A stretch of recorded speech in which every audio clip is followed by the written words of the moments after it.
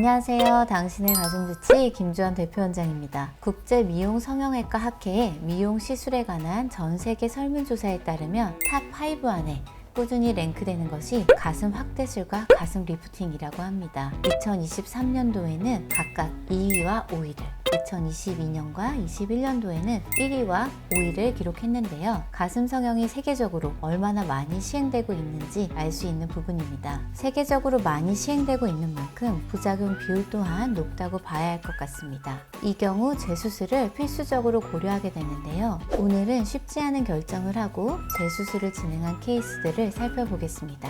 이 환자분은 고민이었던 밑빠짐과 합유증이라고 불리는 유방 합체증을 교정하려고 내원하셨습니다. 총 4번의 수술을 하시고 본원을 내원하신 분으로 타원에서 겨드랑이 절개로 첫 번째 수술을 하셨고 그 후 밑선 절개를 통한 3번의 추가 수술을 받으셨던 분입니다. 밑빠짐은 유두를 기준으로 가슴의 아래쪽이 늘어져서 보형물이 처져 보이는 현상으로 환자분들이 걱정하는 부작용 중 하나입니다. 박리가 제대로 안 되었다거나 공간이 기대치보다 크게 만들어졌다거나 피부의 탄력도가 떨어지는 점 등이 밑빠짐의 원인으로 꼽을 수 있습니다. 합유증은 쉽게 말하면 양쪽 가슴이 합쳐져 보이는 현상인데 양쪽 가슴의 공간이 너무 가까워져 붙어 보이는 양상을 띱니다. 수술 전 사진을 보시면 좌우 가슴의 높이가 다르죠? 왼쪽 가슴을 보면 밑선 절개 부위보다 보형물이 아래로 빠져나가 있고 가운데 라인을 중심으로 보형물이 좌측 안쪽으로 좀 더 들어간 양상을 보입니다. 양쪽 가슴의 비대칭 양상과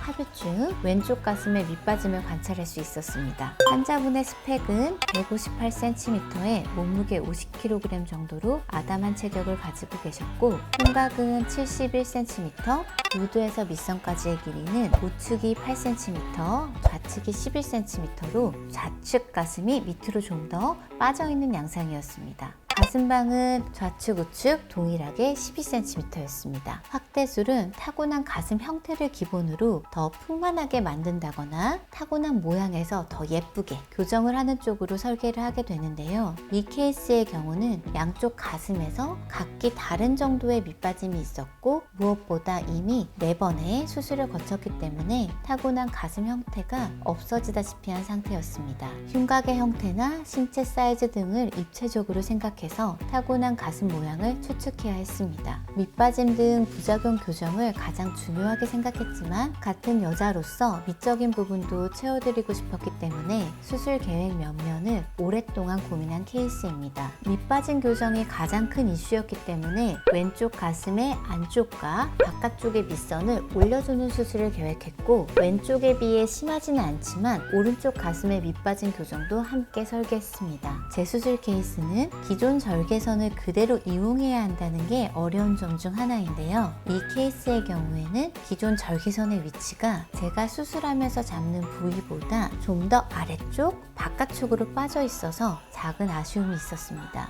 보형물은 기존 벨라젤 보형물에서 세빈 서브리미티로 교체해서 진행했고 사이즈는 양쪽 동일하게 265cc가 들어갔습니다. 보시면 밑빠짐 등의 이슈가 있어서 양쪽 사이즈가 달라 보이지만 양쪽 가슴의 뼈 높이가 다르다거나 기본적인 볼륨의 차이가 있는 상황은 아니었기 때문에 같은 사이즈의 보형물을 선택했습니다. 수술 후 사진 보시겠습니다. 합유증이 보였던 가슴이 양쪽으로 깔끔하게 나누어졌고 각기 달랐던 모양도 정리가 됐습니다. 무엇보다 울퉁불퉁했던 모양이 잘 다듬어져서 환자분도 굉장히 좋아하셨고 뵐 때마다 고맙다고 해주셔서 저 역시 여러모로 감사했던 케이스입니다. 두 번째 케이스는 비대칭 케이스입니다. 보시면 오른쪽 가슴 밑선이 왼쪽보다 위에 있고 밑선의 길이도 더 짧습니다. 비대칭이 심한 케이스였고 10년 전쯤에 텍스처 보형물로 수술을 받은 이력도 있었습니다.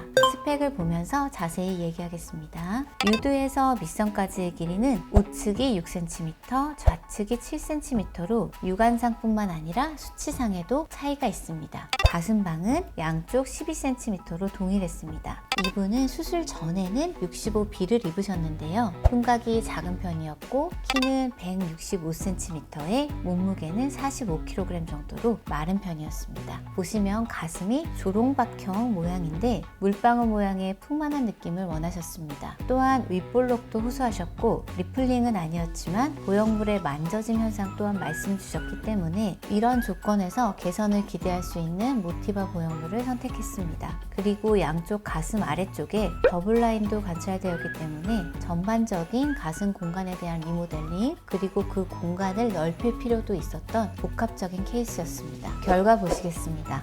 옆모습을 보면 비대칭이 예쁘게 개선된 걸 보실 수 있는데요. 비대칭 개선을 돕기 위해 보형물 사이즈를 다르게 넣었는데요. 오른쪽은 425cc, 왼쪽은 400cc로 넣었습니다. 풀C를 원하셔서 풍만한 느낌이 들게 사이즈를 맞췄고요. 한 달 차 사진을 보시면 아직 한 달 차라 부기가 덜 빠진 상태지만 수술 전에 비해 비대칭이나 모양, 사이즈 면에서 자연스러워진 게 눈에 띄실 겁니다. 옷을 입은 2주차 때고요. 가슴이 벌써 예쁘게 자리 잡았습니다. 첫 수술을 받은 분들도 그렇지만 눈에 보이는 문제로 인해서 재수술을 받은 경우엔 타이트한 나시나 만제리 같은 옷을 즐겨 입는 분들이 많습니다. 예쁨을 되찾았다는 기쁨이 더 커서 그런 것 같습니다. 마지막 케이스입니다. 이분은 첫 수술을 벨라젤 보형물로 하셨고요. 벨라젤은 원료 사용에 대한 이슈로 현재는 식약처에서 판매 중지된 제품입니다. 아무래도 허가가 안 난 원료가 들어있으니까 이분께서도 몸에 문제가 생기면 어쩌지? 라는 찜찜함 속에 지내오셨던 것 같습니다. 보형물 교체를 결심하고 오셨고 수술 전 사진을 보면 유두에서 밑선까지의 길이가 우측은 8cm, 좌측은 10cm로 차이가 있었고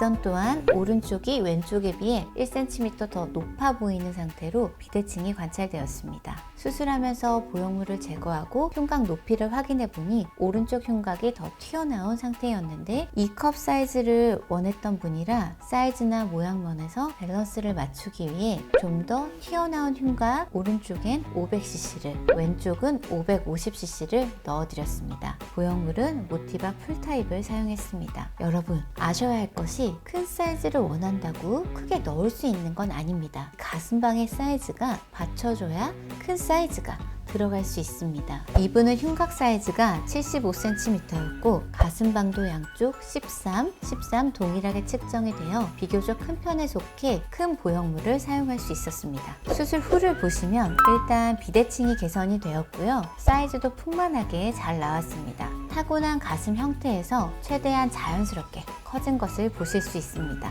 옷태도 굉장히 예뻐지셨는데 아무래도 사이즈가 커지면 가슴골이 깊어지기 때문에 이렇게 아이꼴로 예쁘게 나오게 됩니다. 재수술 받는 분들의 특징이 있습니다. 한번 받으셔서 통증이나 수술실에 들어가는 것에 대한 두려움은 작은 편이신데 그에 반해 회복관리나 응급콜 여부, 의사의 재수술 노하우 등에 대한 인식은 상당히 높습니다. 이분도 이런 부분을 고려해서 멜론에서 수술을 진행하셨고 회복관리도 병원과 함께 정말 열심히 해주셨습니다. 현재는 만족감 최상으로 새로운 일상을 보내고 계시니 여러분도 이분처럼 꼼꼼하게 살펴보고 병원을 선택하시길 바랍니다. 오늘 재수술 케이스를 소개해드렸습니다. 재수술은 가슴에 이슈가 있다면 사실 깊게 고민할 사항은 아닙니다. 최대한 빠르게 상담받고 재수술 여부를 결정하는 것이 내면과 외면의 건강과 아름다움을 두루두루 지킬 수 있는 방법이라고 생각합니다. 지금까지 멜론 언니 김주원이었습니다.